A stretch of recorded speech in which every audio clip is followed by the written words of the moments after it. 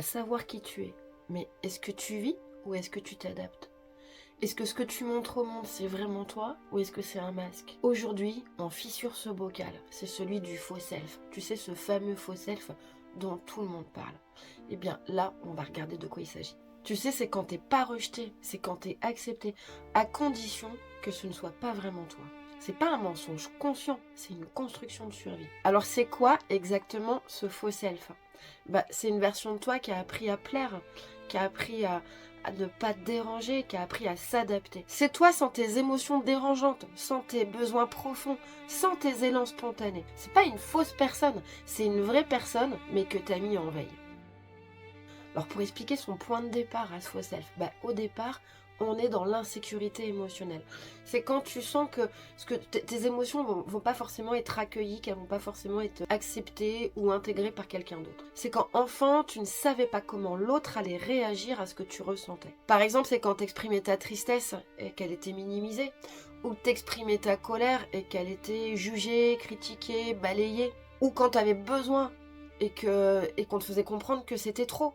Alors t'as appris une chose essentielle, t'as appris que certaines parties de toi n'étaient pas les bienvenues. C'est ton adaptation qui est devenue une intelligence de survie. T'as observé, tu as pu voir ce qui était acceptable et tu t'y es conformé. T'as pas décidé de mentir, t'as décidé de survivre. Et t'es devenu celui ou celle qui dérange jamais. Et pour maintenir ce faux self, il fallait contrôler tout ce qui est débordé. Tes émotions sont devenues dangereuses d'une certaine façon.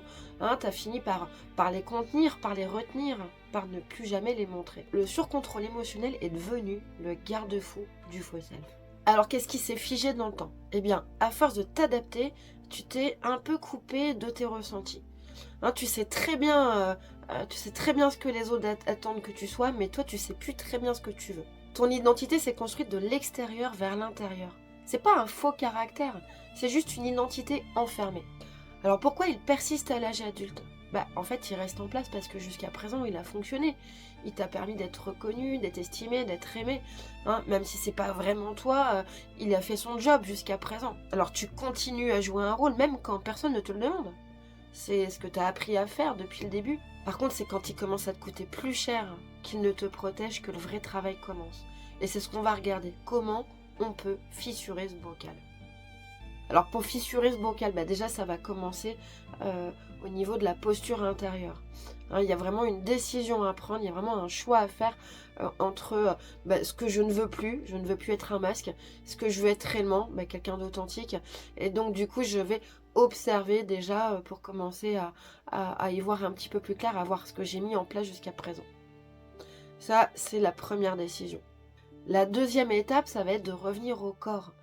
Parce que le faux self et le masque, il est construit à partir des pensées, à partir du mental. Il n'est pas construit à partir des sensations. Donc plus je vais revenir à mes sensations, plus je vais être à l'écoute de ce que ça vibre, de ce que ça dit à l'intérieur de mes besoins, plus je vais être au plus proche de mon authenticité. Ça va être de plus en plus facile de faire tomber le masque.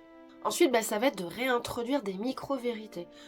Changer de conditionnement, enfin en tout cas sortir d'un conditionnement, ça ne demande pas des actions ultra transformatrices immédiatement. Il faut avancer petit pas après petit pas.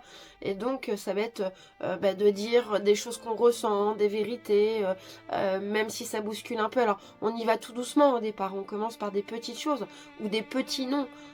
Mais on va pas directement devenir une autre personne en explosant et en mettant par terre tout ce qu'on a construit.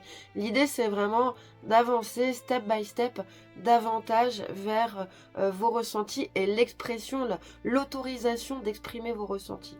Et puis évidemment, ça va être aussi de tolérer l'inconfort relationnel. Jusqu'à présent, tu as appris à plaire à tout le monde.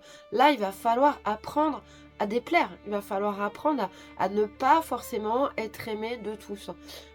Du coup, à sortir un peu de cette image surfaite que tu as montrée à tout le monde pour commencer à montrer ton vrai visage, quitte à ne pas plaire.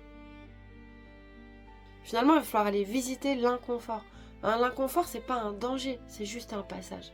Et puis tu vas sortir du contrôle émotionnel. Parce que tant que tu contrôles tes émotions, eh bien le faux self tient. C'est quand tu vas commencer à lâcher, quand tu vas commencer à t'autoriser à être dans ce ressenti-là, que ton conditionnement, que tes masques vont commencer à se fissurer et à révéler qui tu es vraiment. Alors c'est quoi les vrais bénéfices de cette sortie du bocal? Bah déjà tu retrouves ta cohérence intérieure. Hein, au lieu d'être quelqu'un que tu n'es pas, tu commences à être quelqu'un que tu es. Et tu ne joues plus un rôle différent selon les contextes. Ensuite, bah, tu as de l'énergie qui revient. Toute cette énergie que tu mettais, que tu dépensais à essayer d'être quelqu'un d'autre, eh bien tu la récupères. Tu vas également avoir des relations plus vraies. Il y a peut-être des relations qui vont partir de ta vie, elles vont plus être nécessaires. Elles sont du coup, cette forme de superficialité n'est plus nourrissante. Et donc tu vas aller vers des relations qui vont être beaucoup plus authentiques, beaucoup plus fines, beaucoup plus vraies.